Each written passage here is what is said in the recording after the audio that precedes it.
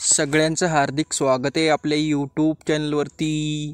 दुर्वा, धूप, त्याचबरोबर शतपर्वा, हराळी अशा नावाने ओळखले जाणारी वनस्पती, तसेच धार्मिक विधीसाठी उपयोगी, त्याचबरोबर गणेश पूजनासाठी अग्रगण्य मानली जाणारी वनस्पती म्हणजेच दुर्वा।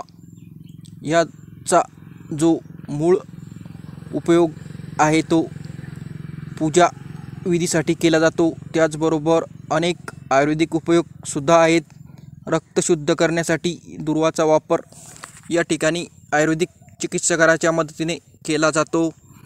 त्याचबरोबर माणसाला जर शीतलता भेटण्यासाठी, थंडपणा भेटण्यासाठी सुद्धा दुर्वाचा उपयोग या ठिकाणी आयुर्वेदिक चिकित्सकाच्या मदतीने केल्यास फायदेशीर या ठिकाणी ठरून येतो। दुर्वा ही नेहमी चांगल्या ठिकाणी निघून आल्यानंतर आपण तिचा वापर जर केला तर तो फायदेशीर या ठिकाणी ठरू शकतो। अशा प्रकारची ही घास दुर्वा सर्वत्र असते।